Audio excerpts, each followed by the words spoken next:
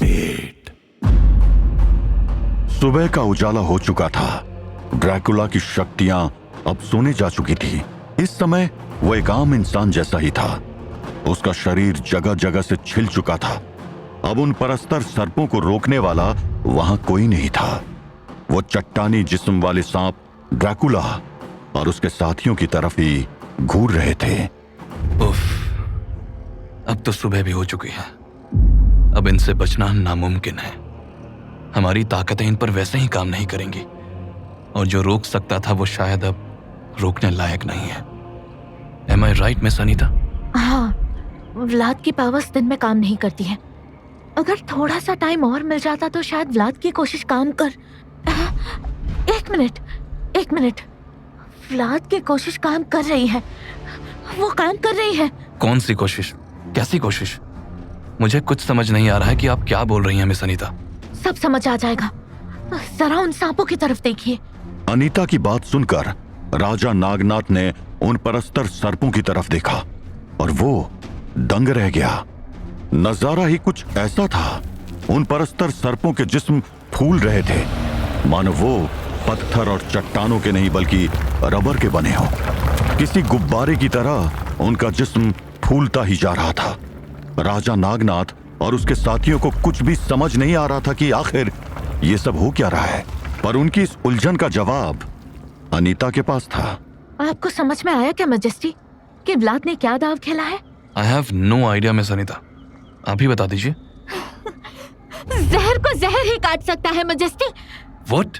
क्या सेंस है इस बात की? वो सब बाद में समझा दूंगी, पर पहले हमें शेल्टर लेनी होगी। सब लोग पेड़ों के पीछे छुप जाओ, जल्दी। अनीता की बात सुनकर सब कंफ्यूज थे। कोई अपनी जगह से नहीं हिला और ये देखकर राजा नागनाथ चिल्ला उठा। सुना नहीं तुम सबने? जल्दी से पेड़ों के पीछे छुप जाओ, चलो। राजा नागनाथ का आदेश सुनते ही सारे नाग सैनिक पेड़ों के पीछे छुपने के लिए भाग खड़े हुए। अनीता, राजा नागनाथ और लंगड़ाते हुए ड्रैकुला ने भी एक बड़े से बरगद के पेड़ के पीछे शरण ली। उधर उन परस्तर सर्पों का जिस्म अब बिल्कुल गुब्बारे जैसा फूल चुका था और बुरी तरह कांप रहे थे। अपने कान ढक लीजिए मैजेस्टी, क्योंकि अब होने वाला है एक बड़ा।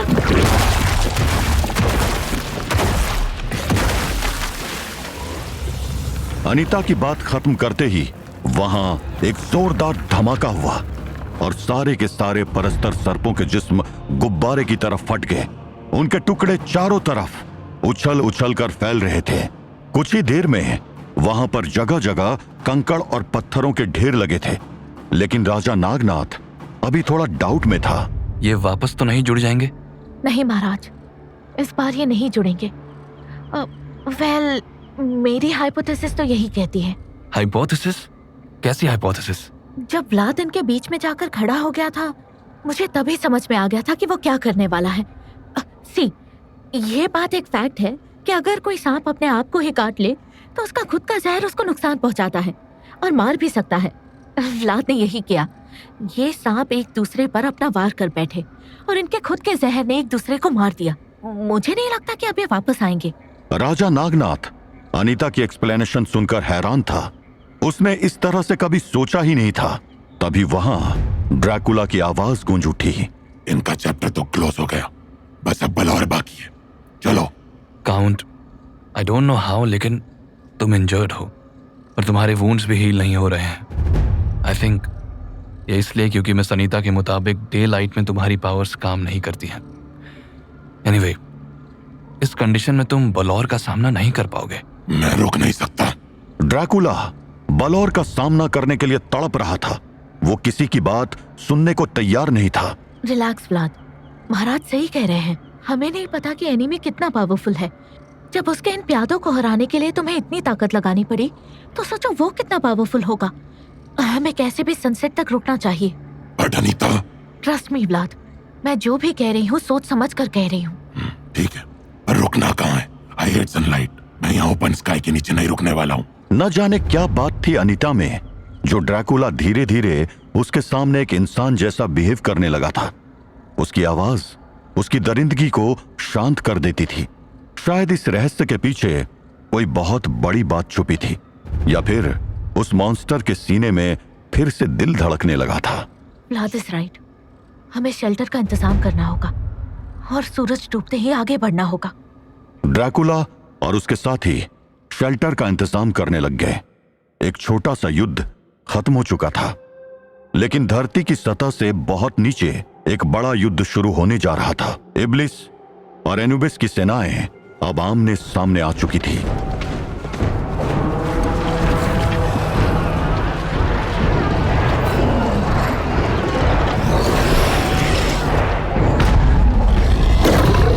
इब्लिस की सेना दुआत के दरवाजे पर पहुंच चुकी थी।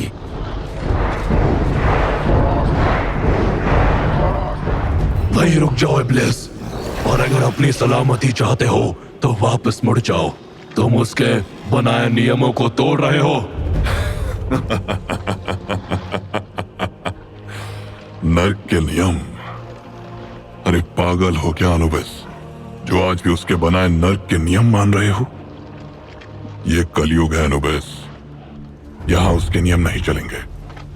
यहां सिर्फ और सिर्फ एक नियम चलेगा, जो जीता वो ही सिकंदर। अभी भी वक्त है, हथियार डाल दो और मेरी गुलामी मंजूर कर लो। मैं तुम्हारे भाई से गुजारिश करूंगा कि तुम्हें जिंदा छोड़ दे। वे पेवाद को आजाद करने आए हो ना तुम? मैं भी देखता हूं कि उस गद्दार को तुम कैसे आजाद करवाते हो। शायद तुमने इतिहास नहीं पढ़ा है। तुमसे पहले भी बहुत से इब्लिस आए जिन्होंने दुआत पर गलत नजर डाली थी।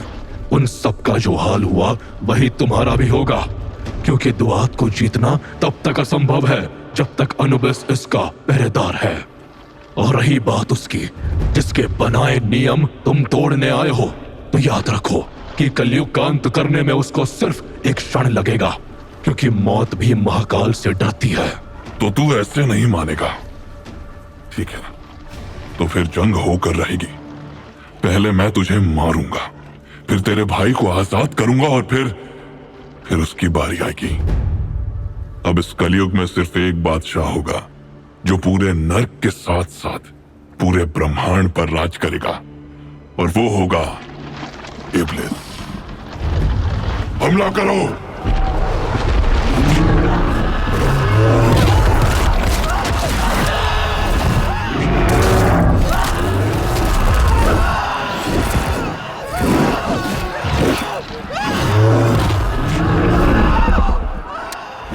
अनुबिस्यो,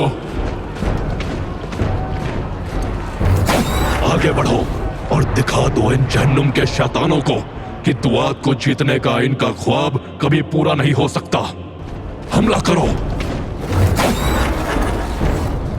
अनुबिस और इब्लिस की सेनाएं आपस में भिड़ चुकी थी।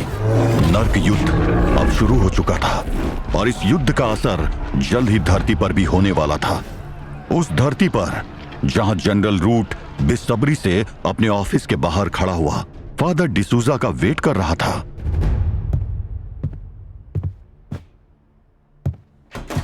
फादर। डगलस, तुम अभी तक यहीं पर है? आई थॉट कि तुम अभी तक अपने प्लेटून के लिए सोल्जर सिलेक्ट करने लगा होगा। No father, I could not go. मुझे ये टेंशन हो रहा था कि पता नहीं अंदर सर हेनरी आपसे क्या बात कर रहा होगा। That is not your concern Douglas. तुम्हें सिर्फ अपने मिशन पर फोकस करना चाहिए। तुम बहुत डिस्ट्रैक्ट होता है। मुझे फ्रांसिस ने बताया कि तुम कैसे ड्रैकुला का पीछा करते करते किसी मिर्जा अनवर से मिलने चले गए थे।